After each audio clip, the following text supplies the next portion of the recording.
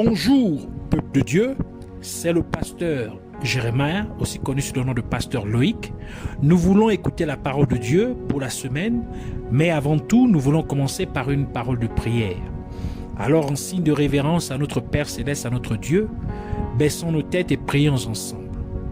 Père, Dieu de gloire, Dieu tout-puissant, Saint des saints, Roi des rois, Seigneur des seigneurs, toi qui règnes au-dessus de toutes choses, toi qui ne changes pas, le seul et véritable Dieu, le Dieu tout-puissant, le Dieu de merveille, le Dieu de prodige, le Dieu saint, le Dieu fidèle, le Dieu amour, le Dieu de merveille.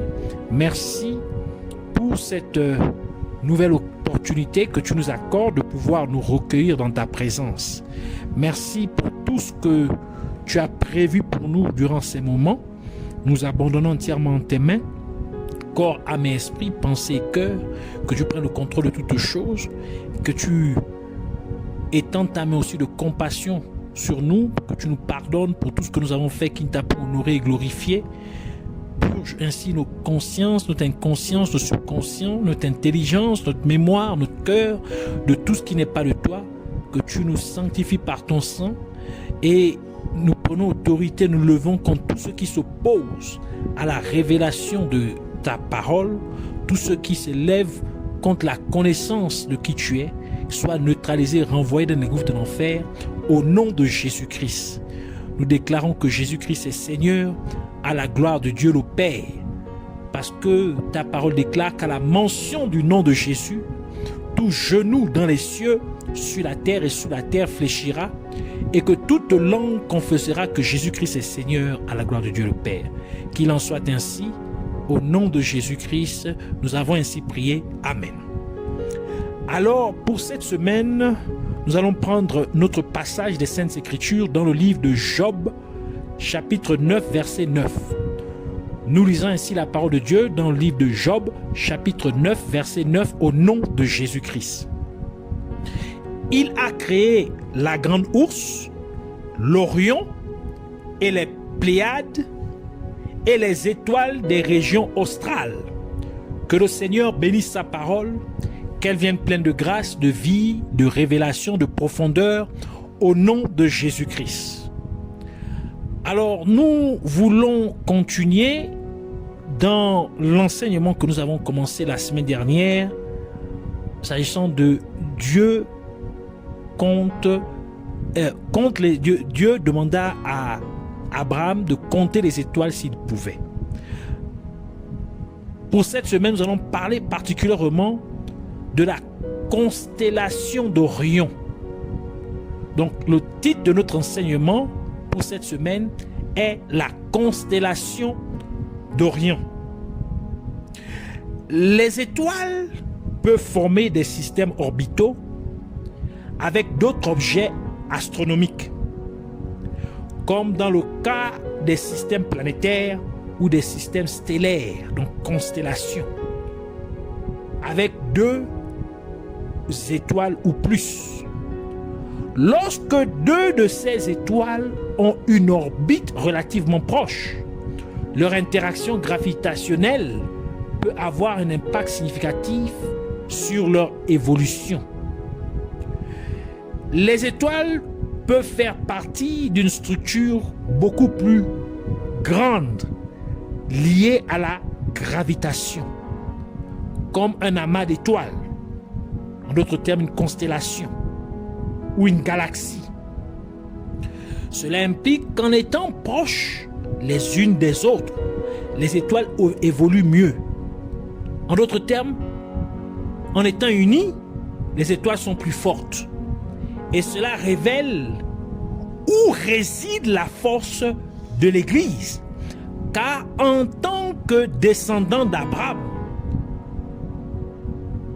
par notre foi en Jésus-Christ, nous sommes assimilés aux étoiles du ciel parce que Dieu a promis de rendre les descendants d'Abraham aussi nombreux que les étoiles du ciel. C'est pourquoi la force des croyants en Christ réside dans leur unité. Et c'est pourquoi la parole de Dieu dit dans Ecclésiaste chapitre 4, verset 12. Et si quelqu'un est plus fort qu'un seul, les deux peuvent lui résister. Et la corde à 3 fils ne se rompt pas facilement. Et Jésus-Christ a ajouté dans Matthieu chapitre 18, verset 20, pour dire, car là où 2 ou 3 sont assemblés en mon nom, je suis au milieu d'eux.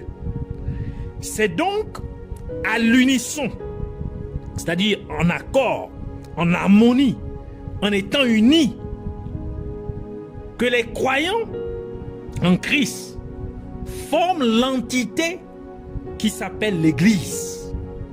Et c'est là qu'ils deviennent forts. Et c'est là que chaque croyant évoluerait mieux spirituellement. Il grandirait mieux dans sa foi. Donc en étant unis à d'autres vrais croyants. Et dans le livre de Job, chapitre 9, verset 9, donc dans notre passage principal pour cet enseignement, la parole de Dieu nous donne le nom de 4 constellations d'étoiles.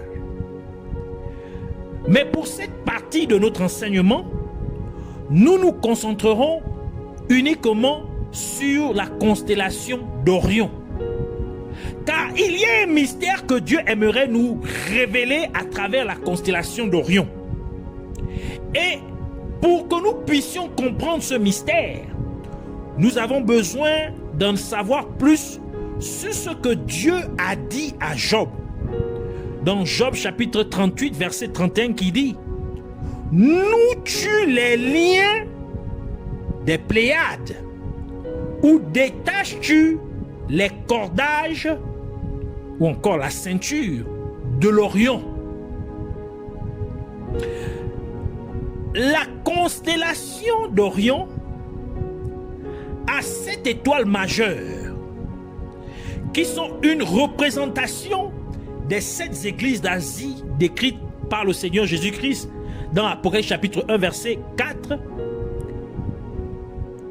Il dit, la parole de Dieu dit, Jean aux 7 églises qui sont en Asie, que la grâce et la paix vous soient données de la part de celui qui est, qui était et qui vient, et de la part des 7 esprits qui sont devant son trône. Dans notre première partie de cet enseignement, nous avons vu que les descendants d'Abraham sont assimilés aux étoiles du ciel. Ainsi, nous avons compris que les principes qui réglementent les astres s'appliquent aussi aux chrétiens. Cela implique que les principes qui régissent les constellations d'étoiles s'appliquent également aux croyants en Jésus-Christ. Par conséquent, les caractéristiques de la constellation d'Orion sont également applicables à l'Église de Dieu.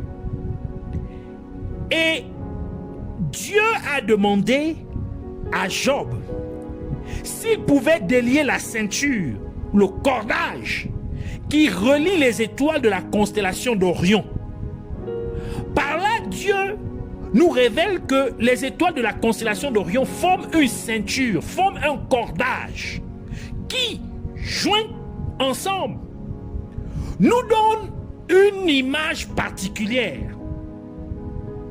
Si vous tapez sur votre téléphone sur Internet, sur votre moteur de recherche sur Internet, l'image de la constellation, image de la constellation d'Orion, et vous regardez cette image, elle vous donne, elle forme ces étoiles de la constellation d'Orion, leur positionnement.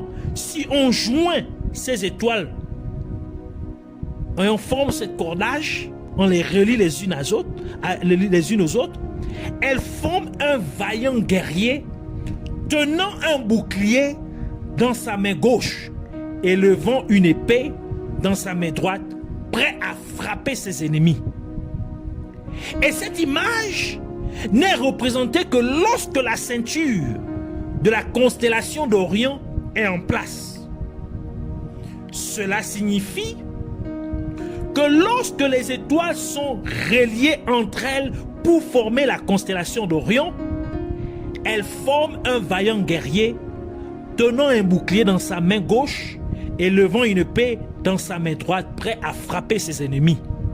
Ainsi, à travers la constellation d'Orion, Dieu nous révèle à quel point l'Église est puissante lorsque l'Église est unie, car les croyants en Christ formeraient ainsi spirituellement un vaillant guerrier tenant un bouclier dans sa main gauche et levant une épée dans sa main droite, prêt à frapper ses ennemis.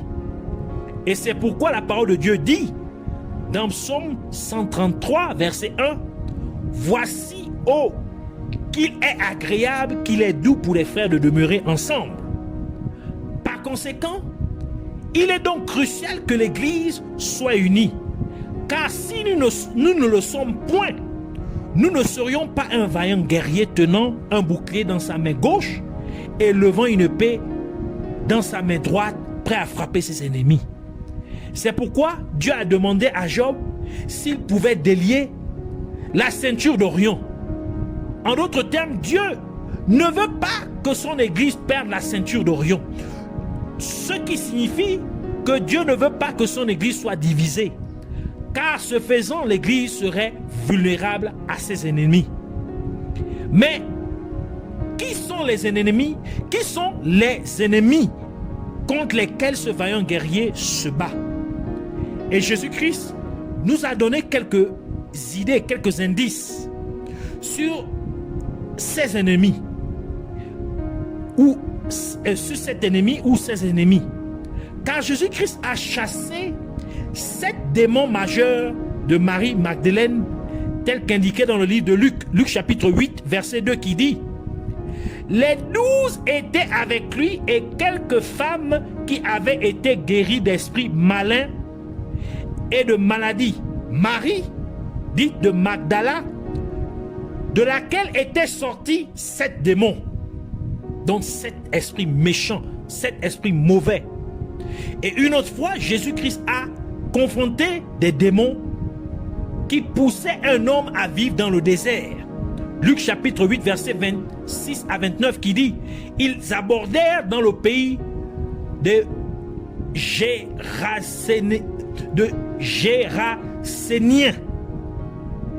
qui est vis-à-vis de la Galilée.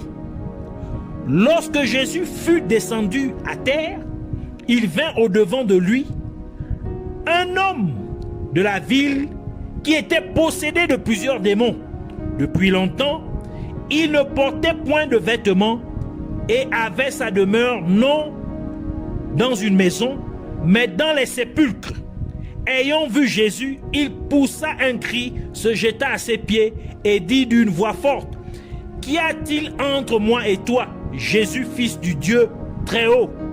Je t'en supplie, ne me tourmente pas. Car Jésus commandait à l'esprit impur de sortir de cet homme, dont il s'était emparé depuis longtemps. On le gardait lié de chaînes et les fers aux pieds.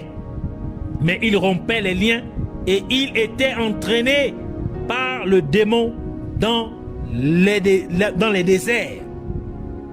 Donc nous voyons que ces démons qui possédaient cet homme amenaient cet homme à vivre dans le désert, dans les lieux arides, dans les lieux désertiques. Et Jésus-Christ a également expliqué comment un démon chassé chercherait le renforcement de 7 mauvais esprits plus forts que lui dans le lieu, dans le désert. Luc chapitre 11 verset 24 à 26 qui dit: lorsque l'esprit impur est sorti d'un homme, il va dans les lieux arides pour chercher du repos. N'en trouvant point, il dit: je retournerai dans ma maison d'où je suis sorti. Et quand il arrive, il la trouve balayée et ornée. Alors il s'en va et il prend 7 autres esprits plus méchants que lui, donc plus forts que lui. Ils entrent dans la maison, ils s'établissent et la première condition de cet homme est pire que la première. Donc il cherche cet esprit démoniaque va dans les lieux désertiques, dans les lieux arides, donc dans le désert, pour chercher 7 esprits plus méchants que lui. Et le livre de Job nous révèle aussi que la tragédie qui s'abattit sur les enfants de Job vint du désert. Job chapitre 1 verset 19 qui dit « Et voici, un grand vent est venu de l'autre côté du désert et a frappé contre les 4 coins de la maison et s'est écroulé sur les jeunes gens et ils sont morts.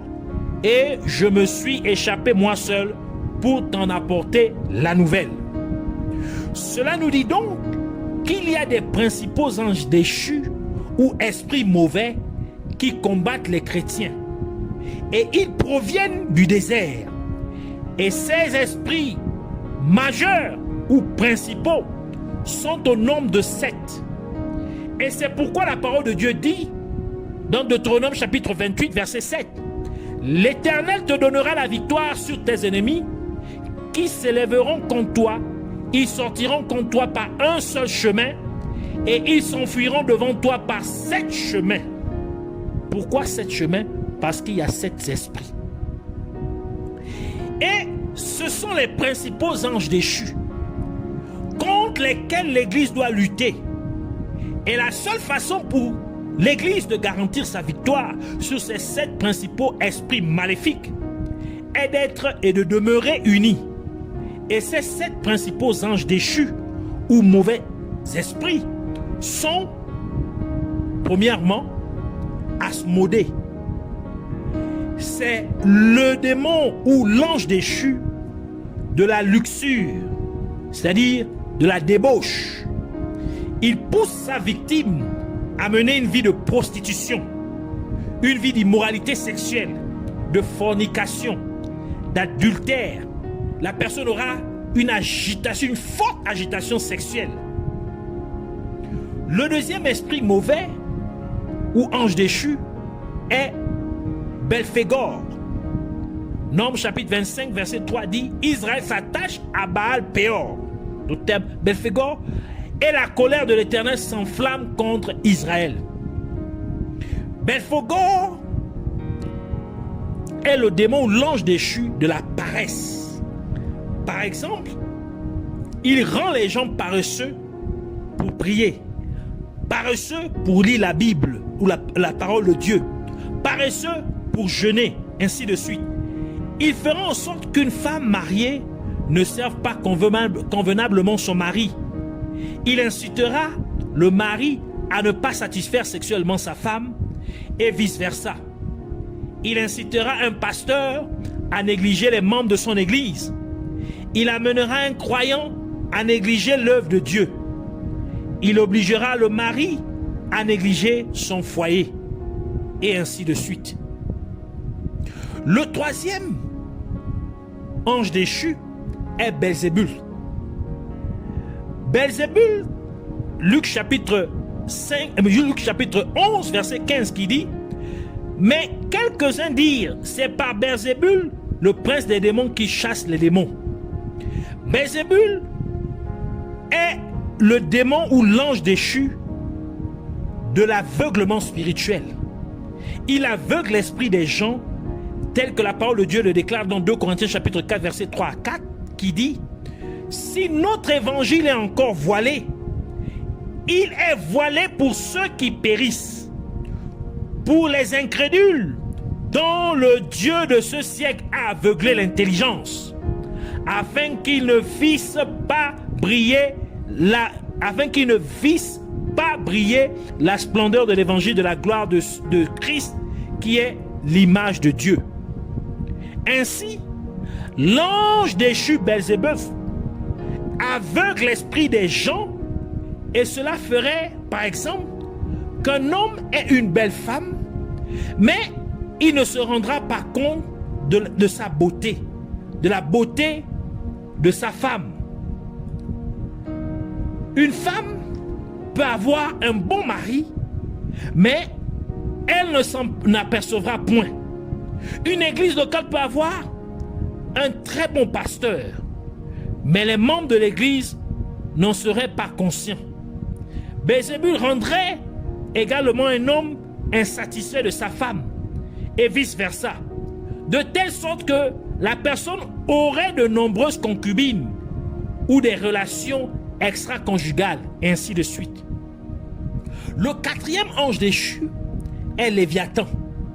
Léviathan est l'ange déchu qui opère dans la mer, comme le décrit le livre de Psaume 74, verset 14, qui dit: tu as brisé les têtes du Léviathan, tu l'as donné en viande au peuple des habitants des déserts. Version Martin.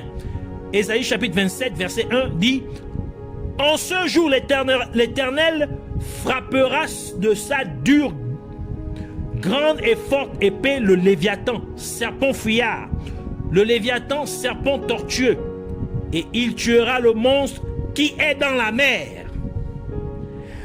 Léviathan opère de différentes manières, mais l'un des principaux domaines d'intervention est dans la séduction par les produits de beauté.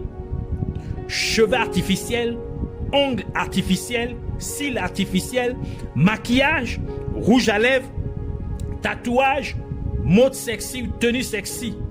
Ce sont tous des produits maudits du monde sous-marin, du royaume des ténèbres.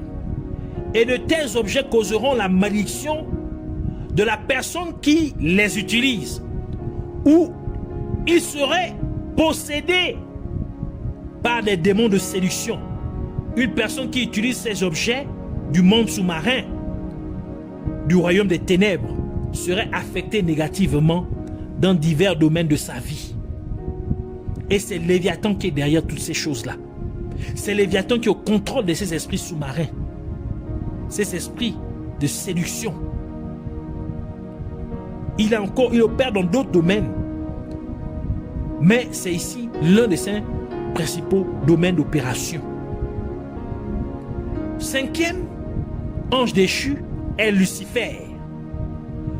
Dans ce domaine d'opération, le diable, qui s'appelle Lucifer, travaille dans le mensonge, car il est le père du mensonge, tel que Jésus-Christ l'a déclaré dans Jean chapitre 8, verset 44, qui dit: vous avez pour père le diable, et vous voulez accomplir les désirs de votre père.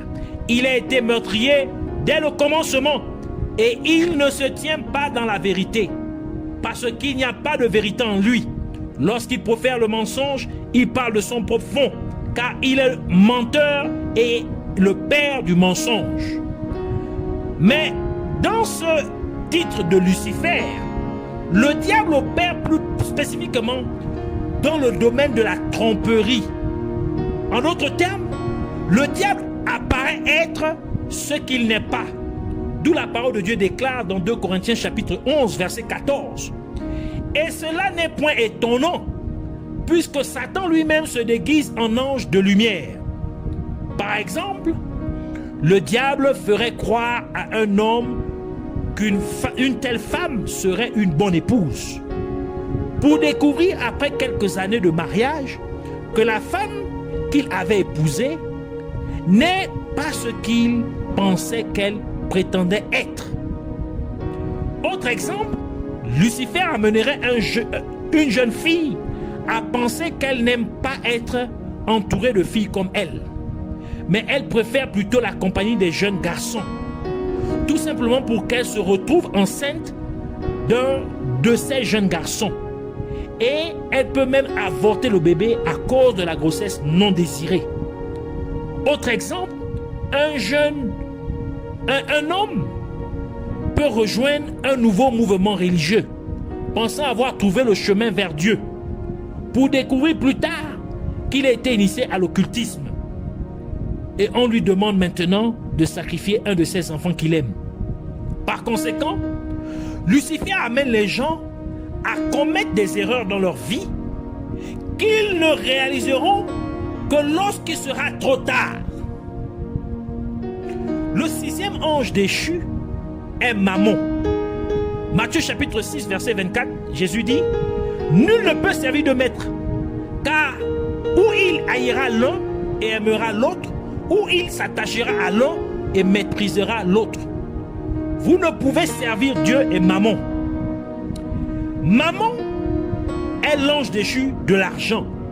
Il amène les gens à avoir un amour excessif pour l'argent. Par conséquent, les gens seraient prêts à faire n'importe quoi pour obtenir de l'argent. Ainsi, Mammon inciterait les gens à voler lorsqu'il leur manque de l'argent. Il amène les gens à tuer quand ils n'ont pas d'argent. Il incitera les gens à se prostituer pour gagner de l'argent. Il fera divorcer les gens par manque d'argent. Il poussera les gens à avorter leur grossesse par manque d'argent, se disant qu'ils ne peuvent pas prendre soin de l'enfant. Il poussera les gens à abandonner leurs enfants par manque d'argent. Et c'est pourquoi la parole du Dieu dit dans 1 Timothée chapitre 6 verset 10, car l'amour de l'argent est une racine de tous les maux. Et quelques-uns, en étant possédés, se sont égarés loin de la foi et se sont jetés eux-mêmes dans bien des tourments. Donc, à cause de l'amour de l'argent, les gens ont abandonné la foi. Ça, c'est l'œuvre de Mammon. Proverbe chapitre 15, verset 27 ajoute pour dire, celui qui est avide de gain trouve sa maison, mais celui qui hait les présents vivra. Donc, celui qui aime l'argent apporte des malheurs, apporte des problèmes dans sa maison, dans son foyer. Et le septième et dernier ange déchu que l'Église doit combattre est Satan lui-même. Dans cette ligne d'opération, le diable travaille pour s'opposer à tout ce que les êtres humains aimeraient faire de bien. Il fonctionne comme l'adversaire des êtres humains, comme le déclare la parole de Dieu dans 1 Pierre chapitre 5 verset 8 qui dit « Soyez sobres, veillez, votre adversaire le diable rôde comme un lion rugissant, cherchant qui il dévorera. » Jean chapitre 10 verset 10 « Le voleur ne vient que pour dérober, égorger et détruire. » Ici, Jésus fait référence à Satan. Apocalypse chapitre 12, verset 9 à 12 ajoute pour dire « Et il fut précipité, le grand dragon, le serpent ancien, appelé le diable et Satan, celui qui séduit toute la terre. Il fut précipité sur la terre, et ses anges furent précipités avec lui. Et j'entendis dans le ciel une voix forte qui disait « Maintenant, le salut est arrivé, et la puissance et le règne de notre Dieu, et l'autorité de son Christ, car il a été précipité, l'accusateur de nos frères, celui qui les accusait devant notre Dieu jour et nuit. Ils l'ont vaincu à cause du sang de l'agneau, donc le sang de Jésus, et à cause de la parole de leur témoignage. Et ils n'ont pas aimé leur vie jusqu'à craindre la mort. C'est pourquoi réjouissez-vous, cieux, et vous qui habitez dans les cieux. Malheur à la terre et à la mer, car le diable est descendu vers vous, animé d'une grande colère, sachant qu'il a peu de temps. Par conséquent, Satan s'opposerait à ce que les gens se marient avec la bonne personne. Il s'opposera à ce que les gens trouvent un bon emploi. Il s'opposera à votre bonne santé. Il s'opposera à vos finances. Il s'opposera à votre percée. Il s'opposera à votre promotion. Et c'est pourquoi la parole de Dieu dit dans Jacques chapitre 4 verset 7, soumettez-vous à Dieu, résistez au diable et il fuira loin de vous. Donc résistez à toute opposition du diable et cela va s'éloigner de vous. Et ce n'est qu'en vous soumettant à Dieu, en vous donnant à Dieu, en obéissant à Dieu, en marchant selon la parole de Dieu, que vous serez à mesure de le faire. Et Dieu nous demande d'être unis, une église unie. C'est donc à cause de ces 7 anges déchus majeurs qu'il est crucial que l'église de Dieu soit unie, afin que l'église puisse former un vaillant guerrier tenant un bouclier dans sa main gauche et levant une épée dans sa main droite, prêt à frapper ses ennemis, qui sont ces 7 principaux anges déchus.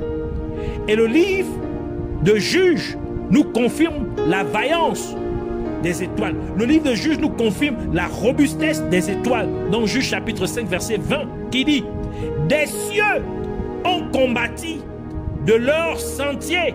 Les étoiles combattirent contre Sisera. » Ainsi, les étoiles se sont battues contre Sisera.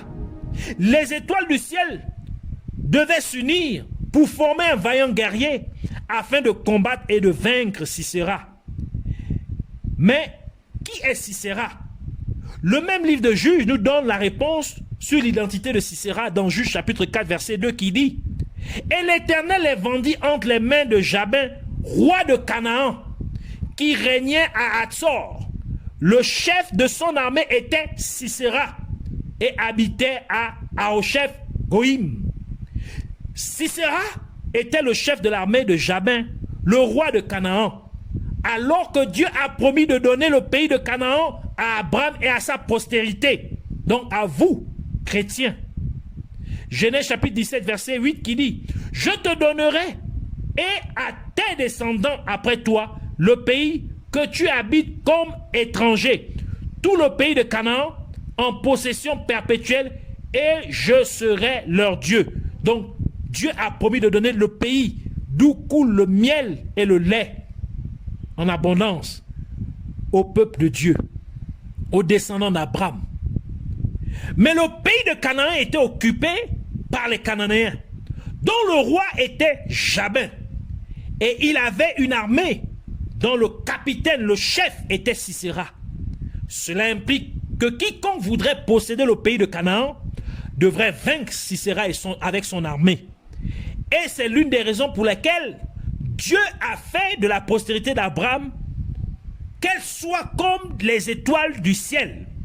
Car lorsque les étoiles forment la constellation d'Orion, elles deviennent un vaillant guerrier tenant un bouclier dans sa main gauche et levant une épée dans sa main droite, prête à frapper ses ennemis. Et il vaincrait donc leurs ennemis. Par conséquent, pour que l'Église de Dieu entre et possède leur terre promise, ils doivent être unis afin qu'ils puissent vaincre Sisera avec son armée. L'Église doit être unie afin qu'elle puisse vaincre les 7 principaux anges déchus avec leur armée respective de démons, afin que l'Église puisse posséder sa terre promise et entrer dans le repos de Dieu. Il est donc important pour que les croyants, les chrétiens, de ne pas se déconnecter d'une véritable église locale de Dieu. Ne soyez pas isolés des autres vrais croyants en Jésus-Christ. Car lorsque vous êtes unis, vous formez un vaillant guerrier tenant un bouclier dans sa main gauche et levant une épée dans sa main, dans sa main droite, prêt à frapper ses ennemis. Et c'est alors seulement que vous seriez en mesure de vaincre vos ennemis afin que vous possédiez ce que Dieu vous a promis. Et ce n'est qu'alors que vous seriez en mesure de vaincre les 7 principaux anges déchus qui combattent votre vie afin que vous puissiez accomplir votre destin en Christ. Ainsi, nous voulons prier pour dire: merci Père glorieux, Dieu tout-puissant, fidèle enseignant, je te remercie pour la transmission de ta parole dans ma vie. Et je prie, Abba Père, que tu nous pardonnes, car en tant qu'Église, nous n'avons pas réussi à être unis. Nous n'avons pas réussi à être un. Maintes fois, nous avons desserré la ceinture d'Orion, car nous avons été divisés à plusieurs reprises. C'est pourquoi je te prie, Père Céleste, afin que tu nous aides à nous pardonner les uns les autres. Aide-nous à nous élever les uns les autres. Aide-nous à nous encourager les uns les autres. Aide-nous à nous relever les uns les autres. Aide-nous à prier les uns pour les autres. Aide-nous à être le gardien de notre frère. Aide-nous à nous apprécier les uns les autres, et que toute graine de discorde et d'envie soit éradiquée de parmi nous au nom de Jésus-Christ. Mais que nous nous aimons sincèrement de l'amour que tu as répandu dans nos cœurs respectifs par ton Saint-Esprit. Et je te prie, Père exalté, que tu unisses ton Église que nous sommes et que nous restions à jamais unis, peu importe le temps et les circonstances, afin que nous soyons vraiment ce vaillant guerrier tenant un bouclier dans sa main gauche et levant une épée dans sa main droite, prêt à frapper ses ennemis, et que nous vainquions totalement nos ennemis, afin que nous puissions posséder ce que tu nous as promis, que nous vainquions vraiment nos ennemis, afin que nous entrions dans notre terre promise, notre terre de repos perpétuel au nom de Jésus-Christ. Ainsi que tout esprit d'incompréhension soit chassé de nous au nom de Jésus-Christ. Que tout esprit de discorde et de conflit soit chassé de nous au nom de Jésus-Christ. Que tout esprit de cupidité soit chassé de nous au nom de Jésus-Christ. Car ta parole déclare qu'à la mention du nom de Jésus, tout genou dans le ciel, sur la terre et sous la terre fléchira, et toute langue confessera que Jésus-Christ est Seigneur, à la gloire de Dieu le Père. Et encore, tu as dit, Seigneur Jésus-Christ, qu'en tant que ton Église, tu nous as donné les clés du royaume des cieux, et que tout ce que nous lierons sur la terre sera lié dans les cieux, et tout ce que nous délierons sur la terre sera délié dans les cieux. Par conséquent, nous prenons autorité sur toi, Asmodée, et nous te lions et nous te jetons dans les abîmes de l'enfer au nom de Jésus-Christ. Et nous lions tout esprit de luxure et d'immoralité sexuelle, et nous vous jetons dans les abîmes de l'enfer au nom de Jésus-Christ. Nous prenons autorité sur toi, Belphégor, et nous te lions et te jetons dans les abîmes de l'enfer au nom de Jésus-Christ. Et nous lions tout esprit de paresse, et nous vous jetons dans les abîmes de l'enfer au nom de Jésus-Christ. Nous prenons autorité sur toi, Belzébul, et nous te lions et te jetons dans les abîmes de l'enfer au nom de Jésus-Christ. Et nous lions tout esprit d'aveuglement, et nous vous jetons dans les abîmes de l'enfer au nom de Jésus-Christ. Nous prenons autorité sur toi, Léviathan, et nous te lions et te jetons dans les abîmes de l'enfer au nom de Jésus-Christ. Et nous lions tout esprit du monde sous-marin, du royaume des ténèbres, et nous vous jetons dans les abîmes de l'enfer au nom de Jésus-Christ. Nous prenons autorité sur toi, Lucifer, et nous te lions et te jetons dans les abîmes de l'enfer au nom de Jésus-Christ. Et nous lions tout esprit de tromperie, et nous vous jetons dans les abîmes de l'enfer au nom de Jésus-Christ. Nous prenons autorité sur toi, Mammon, et nous te lions et te jetons dans les abîmes de l'enfer au nom de Jésus-Christ. Et nous lions tout esprit d'amour d'argent, tout esprit d'amour de l'argent, et nous vous jetons dans les abîmes de l'enfer au nom de Jésus-Christ. Et nous prenons autorité enfin sur Satan, et nous te lions, nous te jetons dans les abîmes de l'enfer au nom de Jésus. Et nous lions tout esprit qui s'oppose à toute bonne chose dans quelconque domaine de notre vie. Et nous vous jetons dans les abîmes de l'enfer au nom de Jésus-Christ. Merci Seigneur Jésus-Christ, car ton nom est tout puissant. Ton nom est glorieux, car tout cela a été fait en ton nom, Seigneur Jésus-Christ. Et par ton nom, nous avons la victoire complète. Nous t'aimons et nous t'apprécions. Puisses-tu être élevé à jamais. Amen.